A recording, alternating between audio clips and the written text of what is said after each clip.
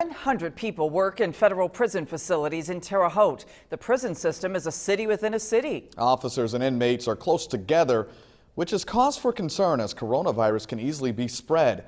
That's why Attorney General William Barr ordered the Bureau of Prisons and the Department of Justice to increase home confinement. According to the Bureau of Prisons, more than 2,100 inmates are positive for the virus right now nationwide. Nearly 200 employees have the virus. 79 inmates and one officer have died. In Terre Haute, we learned of the first inmate case inside the federal prison on May the 17th. Days later, the total was 3. A week after the first case was reported, another inmate tested positive before suffering a heart attack and dying. Currently, the BOP is reporting 5 inmate cases. News 10's Heather Good took a closer look at conditions inside Terre Haute prison facilities. She has this investigative report. Inmates in the federal prison system say they're enduring a natural punishment as coronavirus ravages communities across the globe. The virus is already behind these prison walls, and many inmates say they may suffer a sentence greater than any crime they committed. This is going to spread around there like wildfire. Terre Haute is home to a federal prison. It's perhaps best known for the many high-profile prisoners like Oklahoma City bomber Timothy McVeigh and Charleston church shooter Dylan Roof, who count down their last days on death row. But the facility is actually much larger with a much more diverse inmate population. There are 2 facilities here along Prairieton Road. The Terre Haute Federal Correctional Complex is a high-security facility. It houses more than 1,300 male inmates. Next door is the Federal Correctional Institution. It's a medium-security prison and houses more than 1,200 male inmates.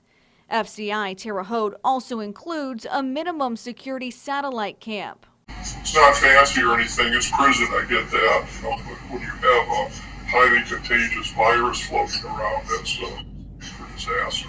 The distorted voice you're hearing is Mike. I filed a request with the warden. At least that's the name I gave him for the purposes of the story. I confirm Mike is an inmate through the Department of Justice and Bureau of Prisons. He's been released to home confinement and agreed to speak with me on the condition of anonymity. He had been serving his time in the minimum security camp with other nonviolent white-collar criminals. They weren't evil people that were plotting and scheming to take off somebody. They just did things that were improper. Mike and several other inmates say lives are in danger behind the barbed wire and concrete. A virus doesn't wait to go through security. It puts me right up in the top percentage of people that die from COVID-19. The Terre Haute prison facility is a care level 3. That means many of the inmates here suffer from serious chronic conditions. Inside the prison camp, Mike says social distancing is not possible. Inmates can reach out and touch on a regular basis. Inmates are still being moved in and out of the facility.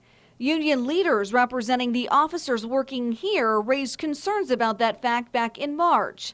At that time, they also said there were only 4 COVID-19 test kits for nearly 3,000 inmates. It's very confined spaces, very confined areas. And when we get a sickness that comes in, it goes through that place like wildfire. I contacted the Bureau of Prisons several times to learn more about prison conditions. The Bureau response has been prisons are following CDC guidelines, and as for testing, the BOP says some prisons may be inclined to forego routine testing in order to manage limited testing resources. If you don't test, you don't know. And you're going to be the typhoid Mary walking around spreading the germ to everyone. Mike says testing is just part of the problem.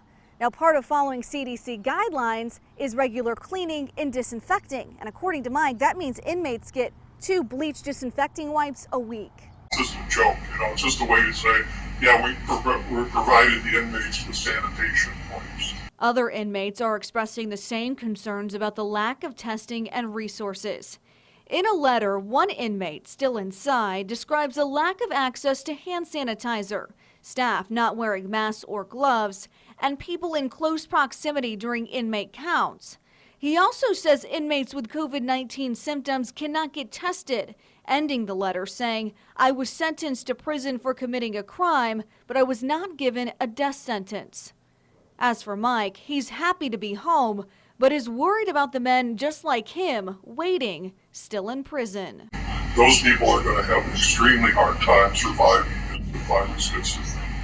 Inmates and their families are calling on BOP, DOJ, and other leaders to make sure nonviolent inmates can serve out their sentences on home confinement as outlined by Attorney General William Barr in his order back in March.